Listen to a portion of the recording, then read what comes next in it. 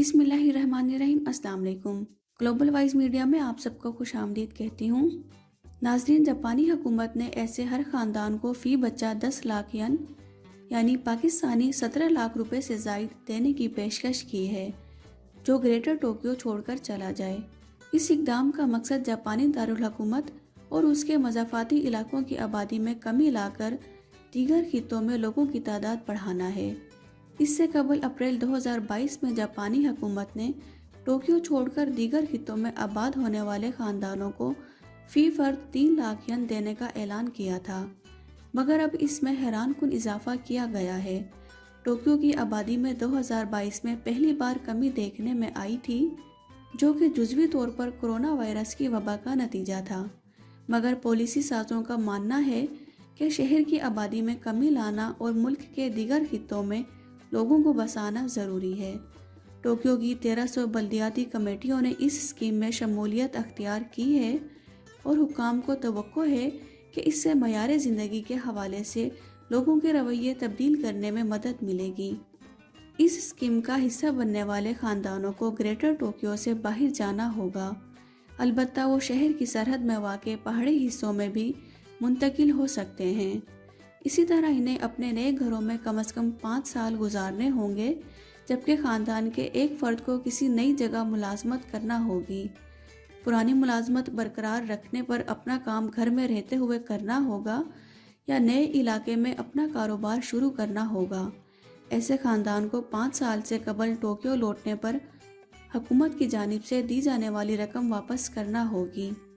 अब तक महज 2381 ख़ानदानों ने हुकूमत की इस पेशकश को कबूल कर लिया है। नाज़रीन, आपको बताती चलूँ कि टोक्यो दुनिया के सबसे बड़े शहरों में से एक बड़ा शहर है, जिसका पहला नाम ईडो था। जापानी सियासत और सकाफती मरकज़ होने की वजह से 18वीं सदी के वस्त में ईडो लगभग 1 मिलियन आबादी का शहर बन गया। शहरों में काम करने वाले लोगों की तादाद में इजाफा हुआ और शहरियों के बढ़ते हुए तनाजुर ने सारिफीन की तर्ज ज़िंदगी में तब्दीली लाना शुरू की।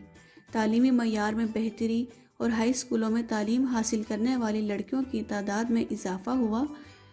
परफॉर्मिंग आर्ट्स जैसे थिएटर और ओपेरा ने तरक्की की मनाजिल तय की। सितंबर 1923 में टोक्यो में अजीम कांटो ज़लज़ला आया। ज़लज़ले की वजह से लगी आग ने शहर के मरकज़ को ज़मीन बोस कर दिया। 1,40,000 से ज़्यादा अफराद हलाक या लापता हुए और 3 लाख मकानात तबाह हुए। ज़लज़ले के बाद शहर की तामीर नौ का मंसूबा तैयार किया गया, लेकिन इस वजह से कि मतवक्को अखराजात कौमी बजट से तजावुज़ कर गए, इसलिए इसका एक छोटा सा हिस्सा ही बन पाया।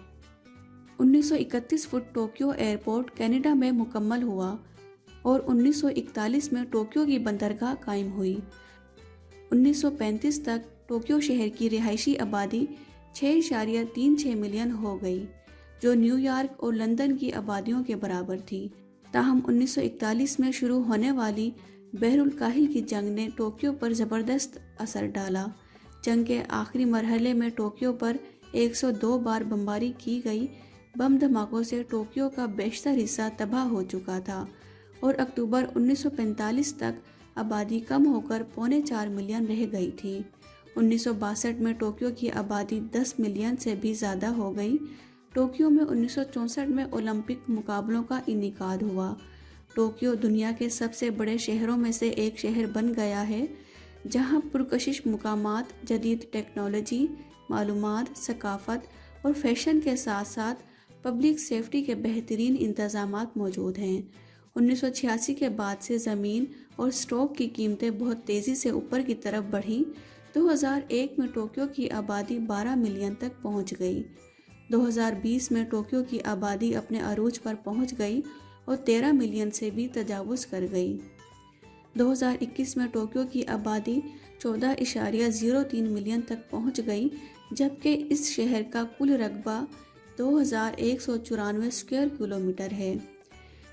2022 में जापान के शहर टोक्यो की आबादी 3,72,74,000 हो गई। साल 2022 में पॉपुलेशन ग्रोथ रेट 2021 की निस्बत -0.18% रहा, जबकि मौजूदा साल 2023 में यह शरह مزید کم ہو کر -0.21% ہو گئی ہے۔ یاد رہے کہ گریٹر ٹوکیو دنیا کا سب سے بڑا شہری علاقہ ہے جس کی آبادی 3.5 کروڑ سے زیادہ ہے۔ اس اسکیم کے لیے 50% رقم مرکزی حکومت جبکہ باقی مقامی بلدیاتی اداروں کی جانب سے دی جائے گی۔ تو پیارے ساتھیوں، یہ تھی ہماری آج کی ویڈیو۔ اگر آپ کو ویڈیو پسند آئی ہو تو پلیز لائک کر کے سوشل میڈیا پر اپنے دیگر دوستوں کے ساتھ شیئر کر دیجئے گا اور چینل کو سبسکرائب بھی کر لیجئے گا۔ آپ سے ملتے ہیں اگلی ویڈیو میں، تب تک اپنا خیال رکھیے گا۔ اللہ حافظ۔